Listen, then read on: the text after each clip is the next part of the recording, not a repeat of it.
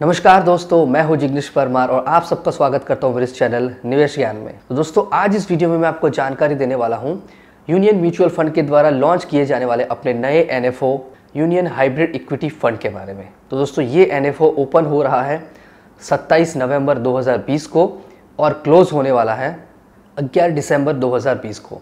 और ये scheme repurchase और कंटिन्यूस ऑफर के लिए रीओपन होने वाली है 28 दिसंबर 2020 को। तो आइए कुछ जानकारी लेते हैं।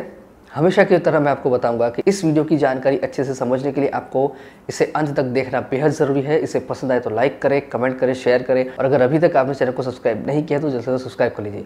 तो ये शुरू करते हैं। दोस्तों, जो स्कीम है इसके अंदर अलग अलग एसेट क्लास का कॉम्बिनेशन होता है। इस स्कीम में भी 65 से 80% तक जो एलोकेशन है वो इक्विटी का हो सकता है और 20 से लेके 35% एलोकेशन डेट या तो फिर मनी मार्केट इंस्ट्रूमेंट का हो सकता है।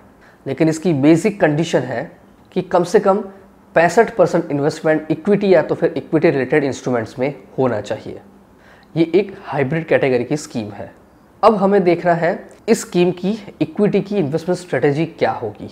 पहला है, पीरियोडिकली पोर्टफोलियो को रीबैलेंस किया जाएगा मार्केट की परिस्थिति के आधार पर। स्टॉक सिलेक्शन में top down and bottom up approach दोनों प्रकार के कॉम्बिनेशन से स्टॉक का सिलेक्शन होगा और पोर्टफोलियो का जो कंस्ट्रक्शन है अक्रॉस मार्केट कैप्स होने वाला है और स्टॉक्स जो सिलेक्ट होने वाले हैं वो बिजनेस, मैनेजमेंट और वैल्यूएशन इस तीनों प्रकार के फिल्टर को अप्लाई करने के बाद होने वाला है। इक्विटी का जो एलोकेशन है वो 65 से लेके 80% तक कंटिन्यूअसली को मेंटेन रखना है। ये थी इन्वेस्टमेंट स्ट्रेटेजी फॉर इक्विटीज। अब हमें देखना है डेट एलोकेशन के लिए इस स्कीम की क्या इन्वेस्टमेंट स्ट्रेटेजी होगी। पोर्टफोलियो का जो कंस्ट्रक्शन होगा वो micro economics indicators, interest rate outlook and yield curve analysis के आधार पर होगा। जिसकी क्रेडिट क्वालिटी बहुत बढ़िया होगी उसी प्रकार की सिक्योरिटीज़ के अंदर इन्वेस्टमेंट होने वाला है और short term to medium duration securities में ही इन्वेस्टमेंट होने वाला है डेट में। ये थी डेट के लिए इन्वेस्टमेंट स्ट्रेटेजी। अब हमें देखना है इस फंड के फीचर्स और बेनिफिट्स के बारे में। तो इसमें सबसे पहला है, जो भी इन्वेस्टर को लॉन्ग टर्म वेल्थ जनरेट करनी है लेकिन वॉलेटिलिटी उसे कम चाहिए तो इस प्रकार के इन्वेस्टर को इस स्कीम के अंदर इन्वेस्टमेंट करना चाहिए। दूसरा है टैक्स इफिशिएंट और तीसरा है रेगुलर बैलेंसिंग से प्रॉपर एसेट एलोकेशन हमेशा करते रहते हैं इक्विटी मार्केट की परिस्थितियों के आधार पर।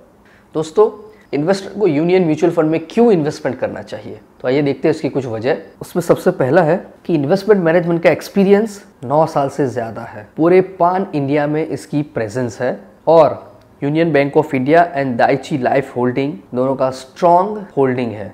ये थी वजह कि क्यों यूनियन म्यूचुअल फंड में इन्वेस्टमेंट करना चाहिए। अब हमें देखना है उसकी फंड मैनेजर की टीम को।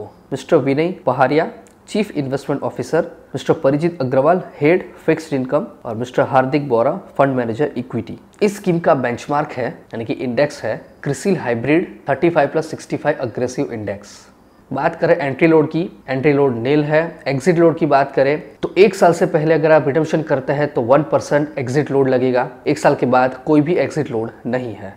दोस्तों, अब हम यहाँ पर एक ग्राफ देखेंगे और वो ग्राफ है कि 3 साल के रोलिंग रिटर्न्स के हिसाब से डेट, इक्विटी और हाइब्रिड का रिस्क आउटकम कितना है इसके बारे में।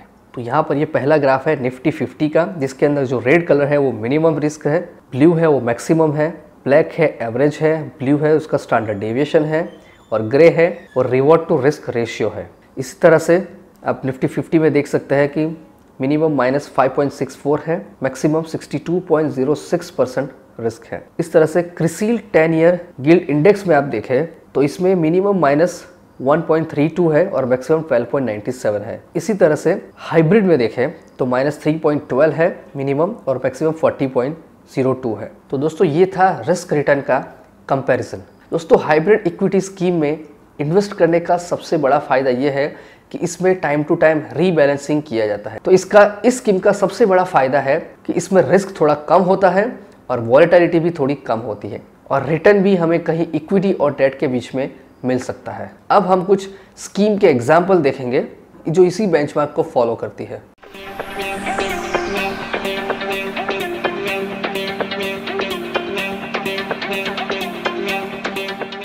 तो तो दोस्तों ये थी जानकारी union hybrid equity mutual fund के एनएफओ के बारे में। मैं आशा करता हूं कि आपको ये वीडियो पसंद आया होगा, इसकी जानकारी महत्वपूर्ण लगी होगी। इस वीडियो को लाइक करें, कमेंट करें, शेयर करें और अगर अभी तक आप इस चैनल को सब्सक्राइब नहीं किया है तो जल्द से जल्द सब्सक्राइब करें। दोस्तों मैं जिग्नेश परमार अब आपसे विदा लेता हूँ।